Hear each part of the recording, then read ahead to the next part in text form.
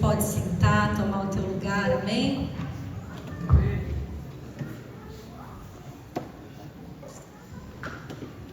Amém. Que bom estar com vocês aqui nessa noite. Depois de um tempinho sem ministrar aqui, né? Eu acho que vocês cansaram, eu ministrei assim seguido. Aí eu falei, não, agora eu acho que o pessoal está cansado. Vamos esperar um pouco. Estou brincando, que bom que você está aqui nessa noite.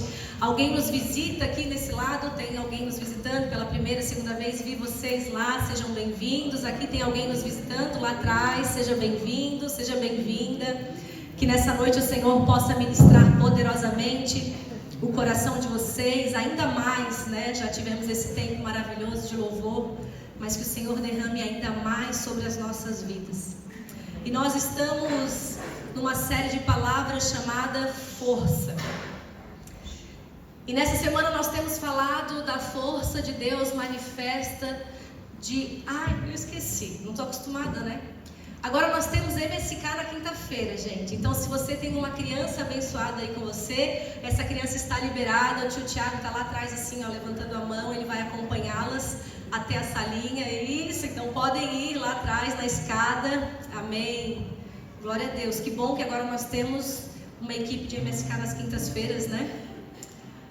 Mas voltando, como eu estava falando, nós temos falado semana após semana sobre uma força que Deus libera sobre nós, mas não qualquer força. Uma força dada por Deus em diferentes situações das nossas vidas para nos conduzir durante a nossa caminhada. E hoje eu quero falar de uma força que é nos dada quando nós decidimos obedecer a Ele. Mas não qualquer obediência, uma obediência genuína. E uma obediência genuína é uma obediência sem garantias.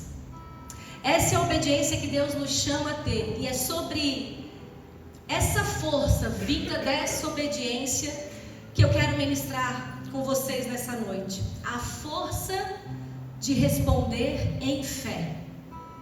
A força da fé como resposta durante as nossas vidas, a nossa caminhada e as situações que vão acontecendo.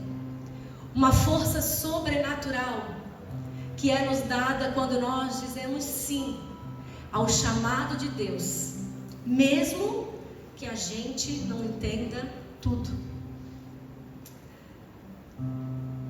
Existe uma passagem bem conhecida na palavra, e eu me arrisco a dizer que é um dos acontecimentos, ou o maior acontecimento até então, da Bíblia. E nós vamos ler o texto que está em Lucas, no capítulo 1, do versículo 26 ao 38, que diz assim: No 6º mês foi o anjo Gabriel enviado da parte de Deus para uma cidade da Galileia chamada Nazaré, a uma virgem noiva desposada com um certo homem da casa de Davi, cujo nome era José. A virgem chamava-se Maria.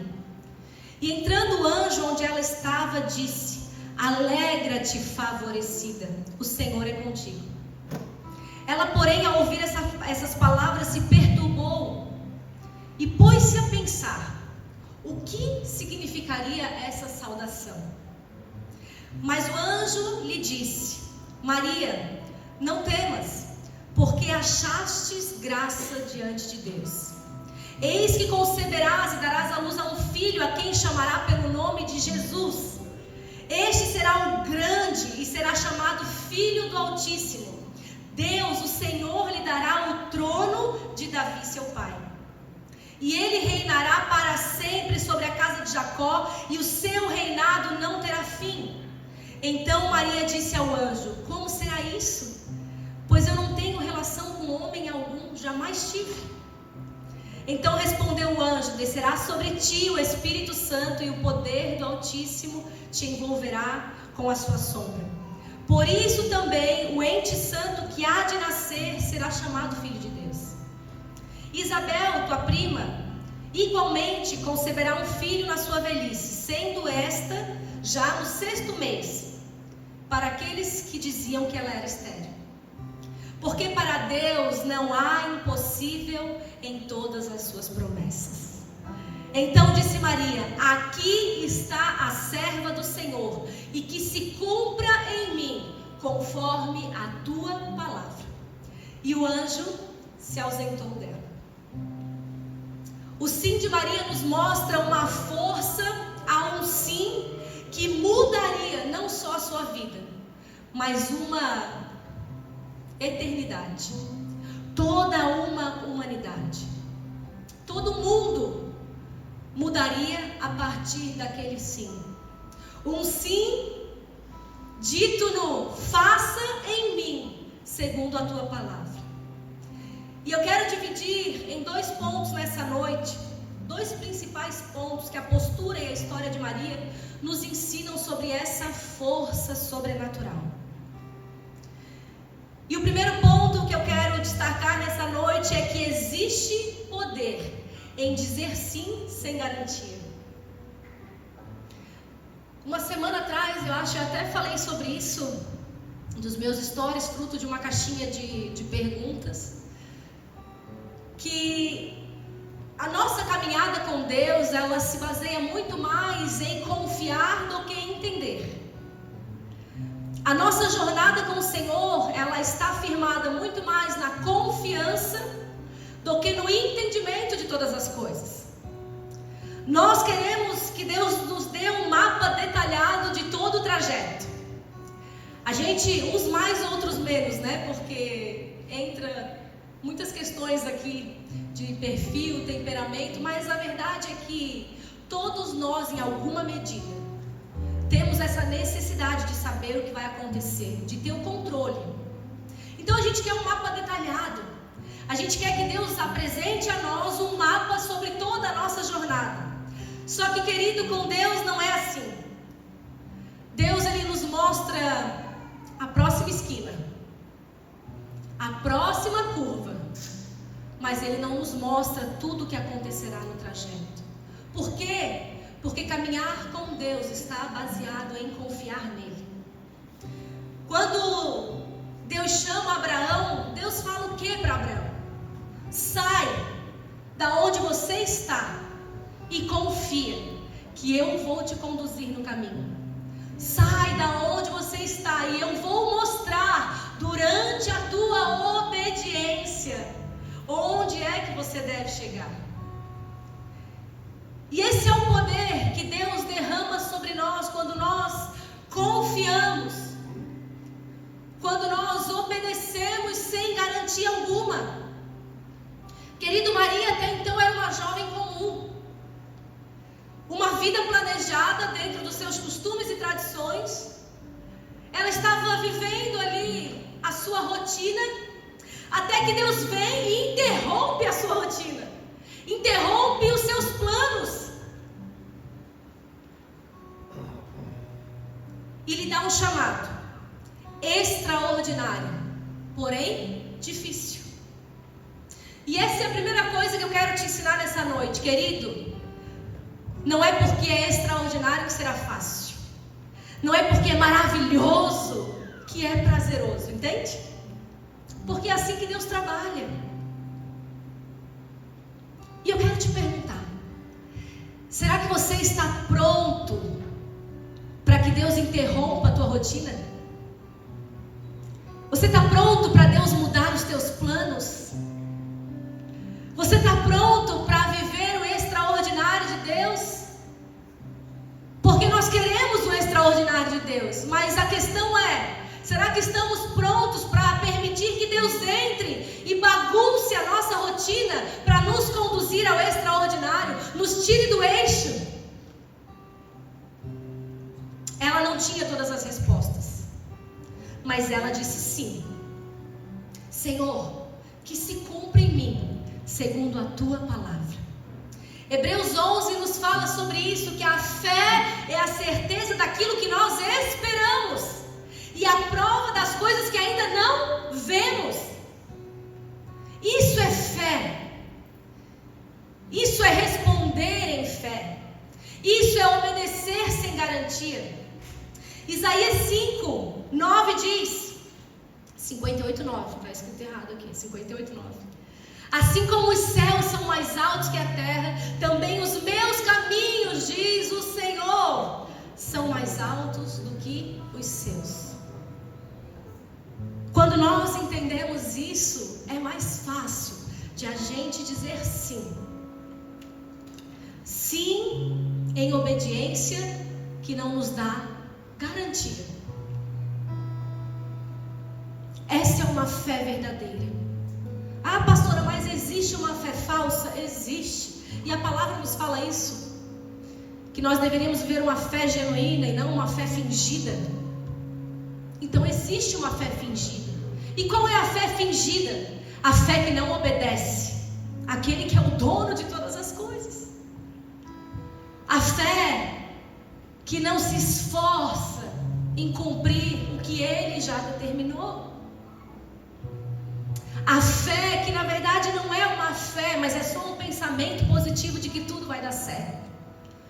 Porque, querido, a fé não é um pensamento positivo de que tudo vai dar certo. A fé é uma confiança absoluta que vai dar certo, mesmo que os meus olhos ainda não vejam nada. Mesmo que eu não tenha resposta alguma. Mesmo que passem anos até que a promessa se cumpra. Isso é uma fé genuína. E é essa fé que o Senhor quer trazer sobre o nosso coração. Essa força de obedecer sem garantia alguma. Sem esperar nada em troca. Maria sabia que ela receberia aquilo que o anjo estava falando. Mas isso não era uma garantia. Ela não foi pedir isso para Deus. Eu quero uma garantia de que isso vai se cumprir. Me mostra. Traz mais alguém aqui, me dá uma visão. Não, ela disse que se cumpra em mim, a tua serva, conforme a tua palavra. Não existe, querido, barganha, troca, quando a gente fala de fé genuína. Não dá para nós chegarmos diante de Deus e falar: Senhor, eu vou obedecer, desde que. Isso não é uma fé genuína. A fé que o Senhor nos convida a ter, essa fé genuína é: Senhor, eu estou aqui para obedecer, mesmo que eu não tenha garantia de nada. Uma fé que nos faz obedecer, não porque temos todas as explicações, mas porque reconhecemos quem Ele é. Um Deus que não mente, um Deus que não é pego de surpresa, um Deus que não se atrasa, um Deus que não volta atrás na sua palavra. Esse é o nosso Deus, querido. Ele prometeu algo sobre a tua vida. Ele confirmou essa promessa. E aí vai me dizer: mas falou várias vezes. Não, a promessa está na palavra. Se Deus te prometeu, a palavra tem que confirmar essa promessa. E aí eu já quero que você pense em todas as profetadas que de repente você recebeu na vida. Porque profecia se cumpre na palavra, querido. O profeta, ele não vai dar uma profecia que a palavra não esteja embasando aquilo que ele está falando. Então, se existe uma promessa que a palavra confirma e testifica sobre a tua vida, ele não vai voltar atrás dessa palavra. Segundo ponto: existe poder na dor silenciosa da obediência. O sim de Maria iniciou a maior transformação da história da humanidade, mas também mostrou uma vertente silenciosa, que é obedecer dói. Obedecer custa, querido. Se você diz que você está obedecendo e isso não está te custando nada, certamente isso não é obediência, é conivência. Está sendo conivente, está sendo bom, está convergindo para aquilo que eu acho que Deus quer. Por quê? Porque a obediência, ela custa.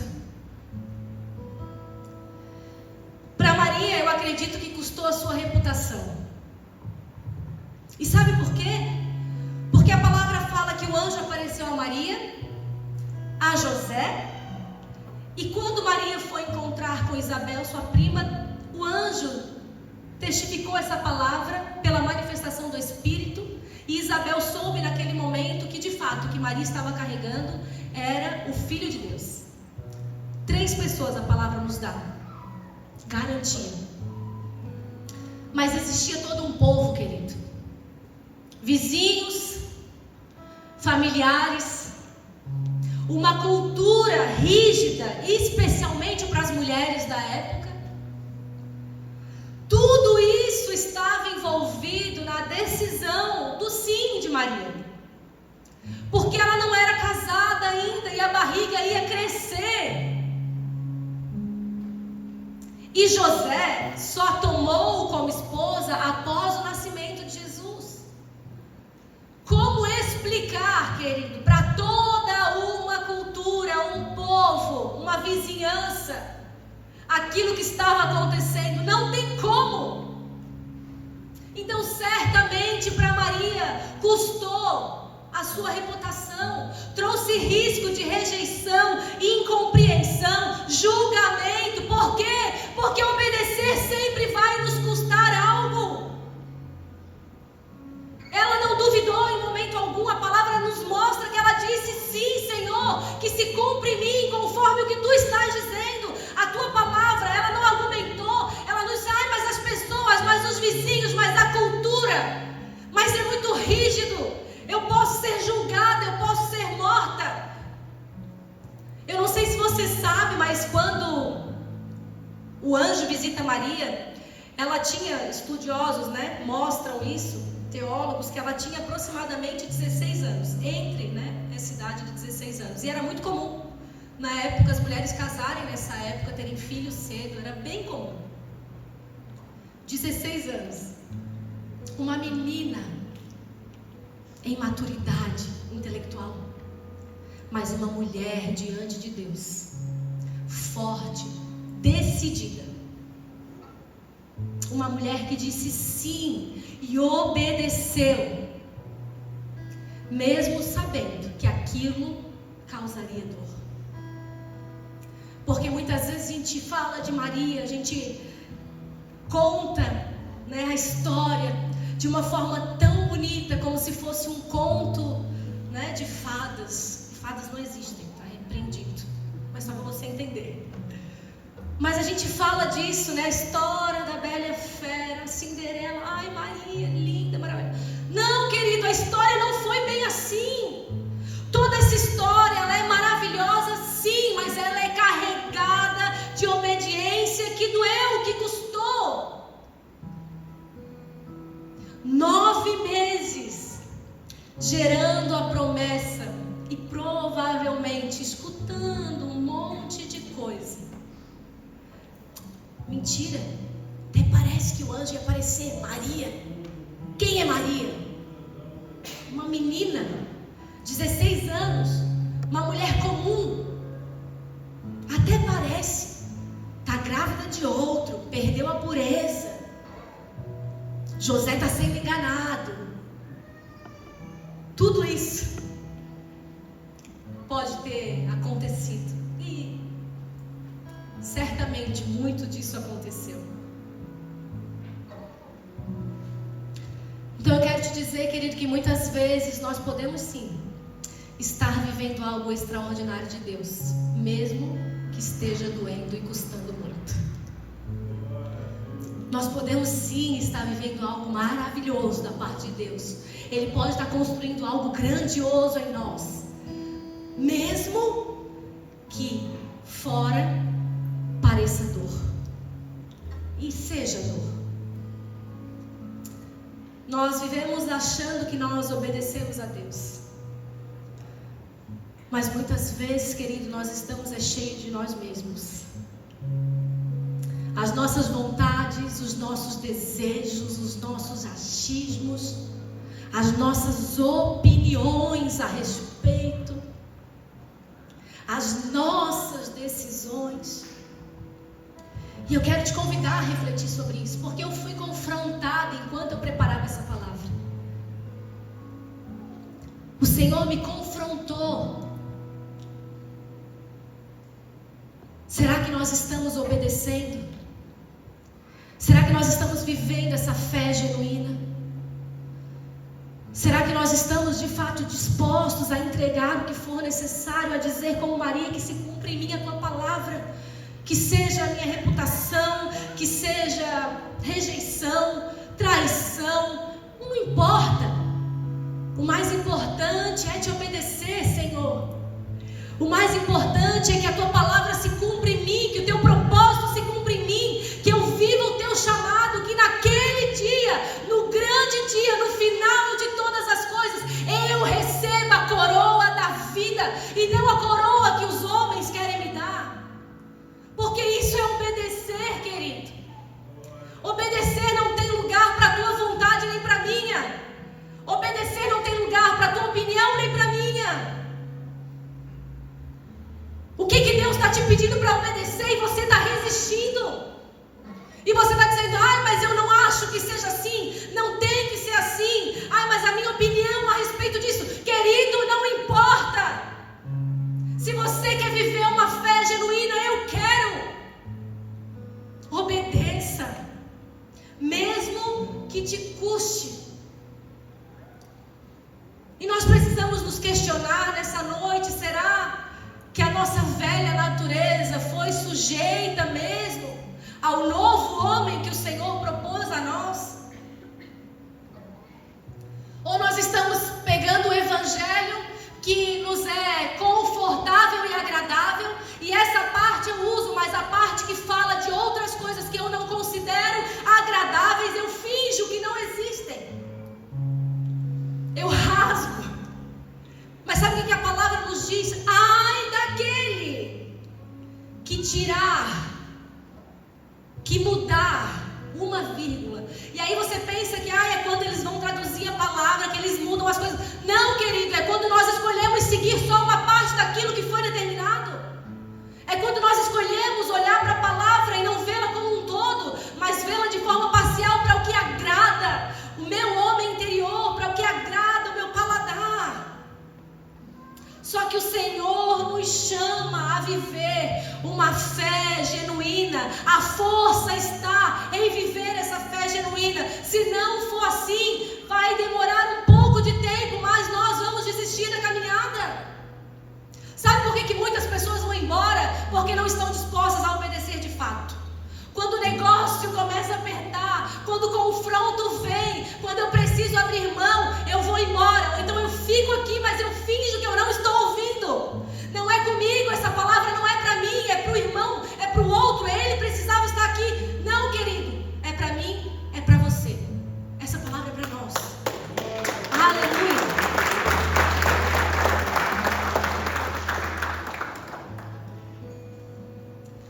Não existe Salvador sem que haja Senhor. Quando a gente entrega a nossa vida para Deus, a gente fala simbolicamente, mas porque a palavra nos direciona a isso. Senhor, eu te entrego o meu coração. Seja o meu Senhor e o meu Salvador. Primeiro o senhorio, depois a salvação. Primeiro eu tenho um dono e esse dono me conduz à vida eterna. Não tem como chegar lá, querido, se ele não for o nosso dono. Porque é isso que nós falamos. Quando a gente chama Senhor, eu estou dizendo dono, meu dono. A gente canta sobre o Senhor, a gente fala sobre o Senhor. Sabe o que isso significa? Nós estamos dizendo para Ele, meu dono, Tu é o meu dono.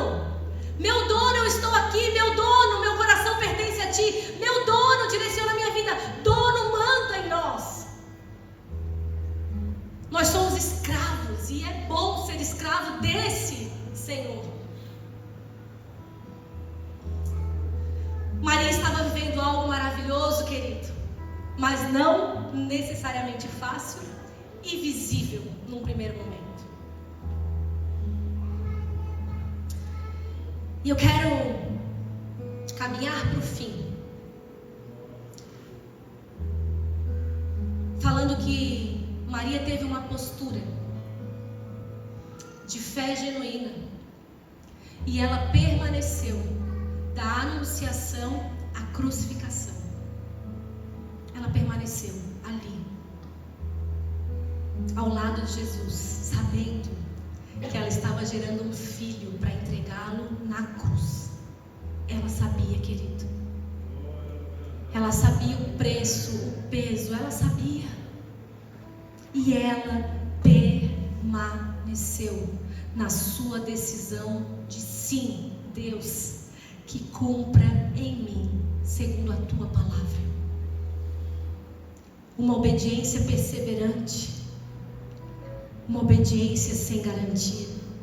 E a palavra vai nos falar isso lá em Hebreus 10:36, que nós precisamos perseverar até o fim, para que quando nós chegarmos ao ponto de fazer a vontade de Deus, nós recebamos aquilo que Ele nos prometeu.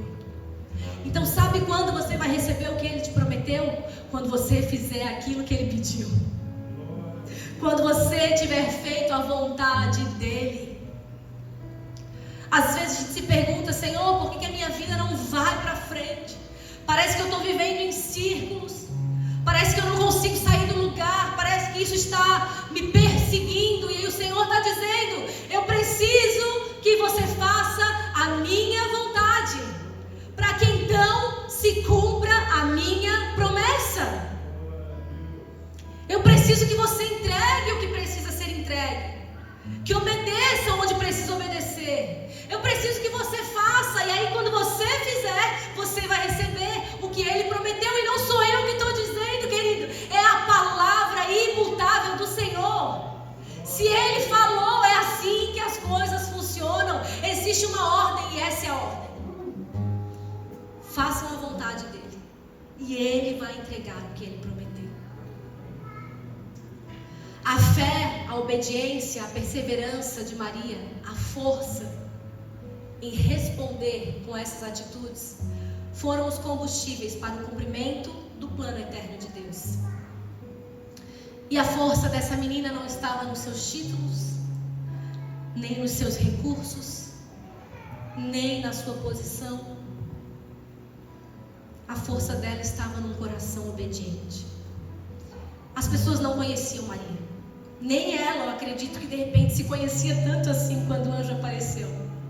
Mas o Senhor a conhecia. O Senhor nos conhece, querido. Ele conhecia Maria na intimidade, no secreto. Ele conhecia a menina Maria. E o Senhor nos conhece. A gente pode mentir para todo mundo. A gente pode passar anos enganando as pessoas, usando uma máscara. Mas o Senhor, querido, Ele sabe. Ele sabe de tudo. Ele te vê lá na tua casa, no teu secreto, no teu trabalho, no teu carro. Ele vê quando ninguém vê. O salmista fala isso: para onde eu fugirei? Se eu vou no mais alto monte, lá o Senhor está. Se eu estou no profundo abismo, ali também o Senhor me encontra. Porque Deus, Ele está em todos os lugares. Ele conhece o nosso coração, querido. Então nessa noite Ele está nos convidando a viver essa transformação e receber essa força para responder em fé, em obediência. Ele está nos dizendo: não tenta esconder. Chega de tentar esconder, chega de desviar, chega de procurar em outros lugares. O que eu estou pedindo é: obedece, responde em fé, persevera. Não tenta fazer de mim uma moeda de troca. Responde com o sim, mesmo que você não esteja vendo.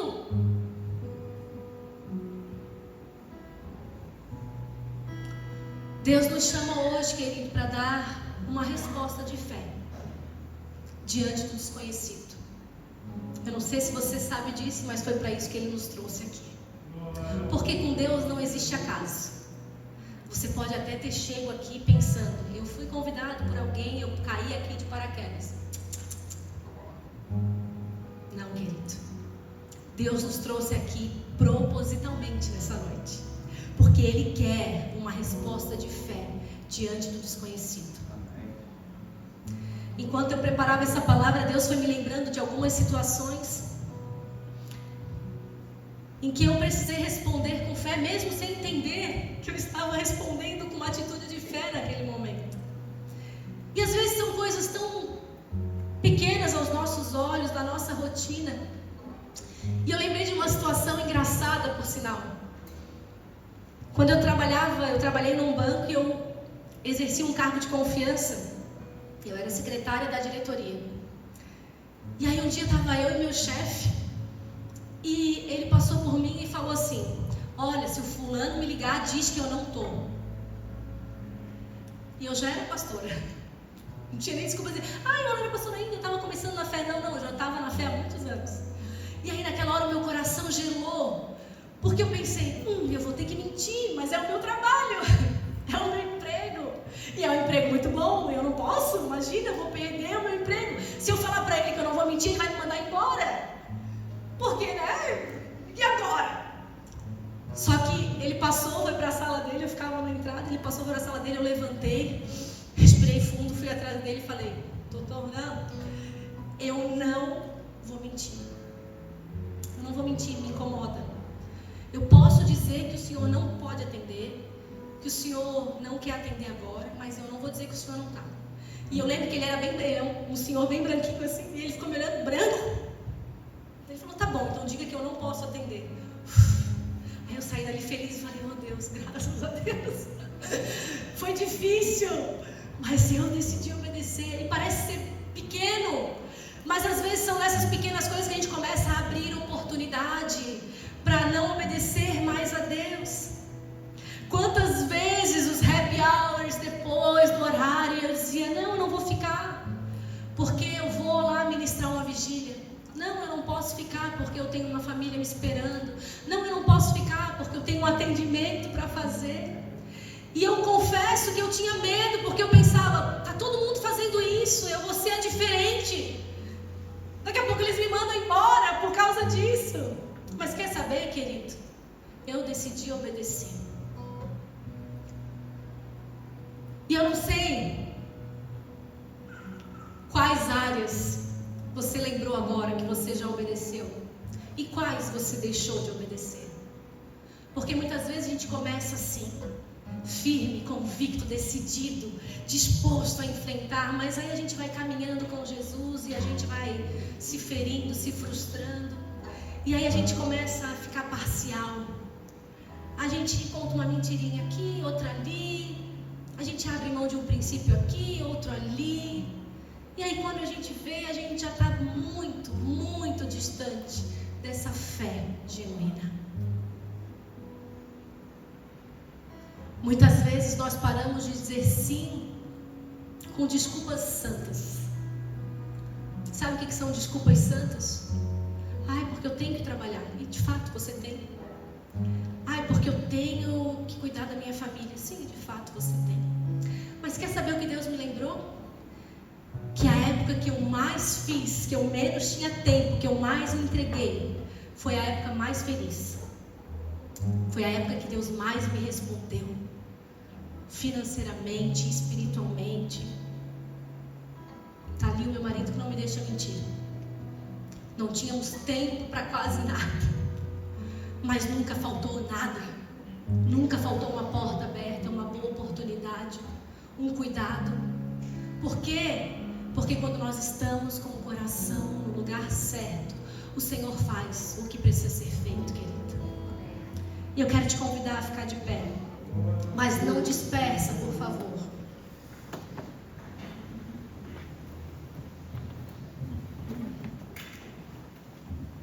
E eu quero que você escute com atenção, querido, porque enquanto eu estava preparando essa palavra, Deus falou ao meu coração claramente que nessa noite Ele estaria chamando alguns a uma reconciliação. E não uma reconciliação porque se desviaram, andaram longe do caminho do Senhor, não. Uma reconciliação para reativar planos que estão parados.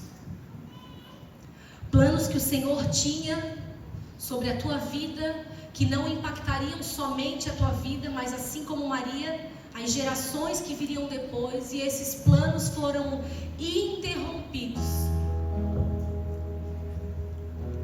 por conta de uma quebra, da falta de obediência, medo. E ele usou exatamente essa palavra: eu tenho um chamado à reconciliação. Mas não é qualquer reconciliação, querido. É uma reconciliação entendendo que existe algo parado sobre a tua vida, que não diz respeito apenas à tua vida, diz respeito a outros que virão e que dependem do teu sim. Ai, pastora, mas Deus pode levantar outro? Pode, e faz. E eu questionei Deus quando Ele me deu a palavra, porque eu falei: Deus, mas se eu falar isso, as pessoas vão questionar que Deus levanta outros. E aí, sabe o que Deus me falou? Sim, Ele levanta outros, mas existem lugares e acessos que só você poderia chegar.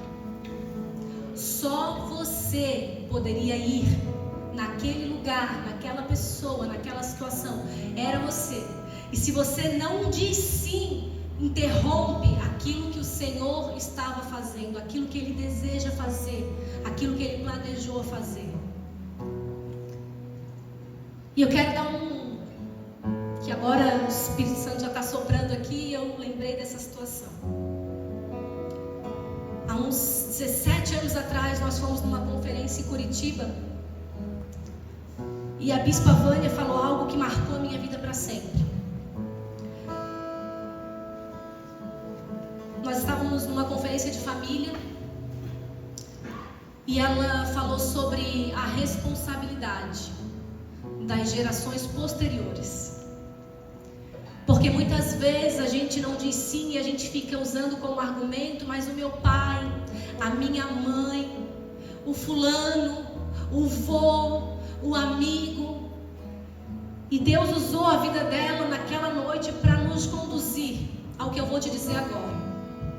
O que veio antes, querido, não é tua responsabilidade, mas o que vem depois, a cobrança virá na tua conta. Antes, não tem nada que eu possa fazer, nada que eu possa intervir no que aconteceu antes de mim, antes de eu conhecer Jesus, antes de eu dizer sim, antes de eu me converter, de eu me entregar, antes de mim, nada, eu não posso fazer mais nada. Mas a partir do meu sim, eu tenho responsabilidade, eu serei cobrada, a conta virá a partir do teu sim ou do teu não.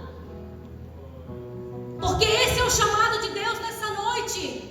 Você pode não se reconciliar, você pode dizer não nessa noite, mas o plano vai estar interrompido e lá na frente o Senhor vai cobrar.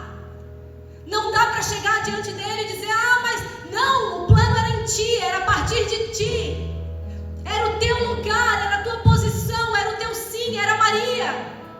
Era Maria naquele momento, não era outra virgem, era Maria. Como é você? Como sou eu?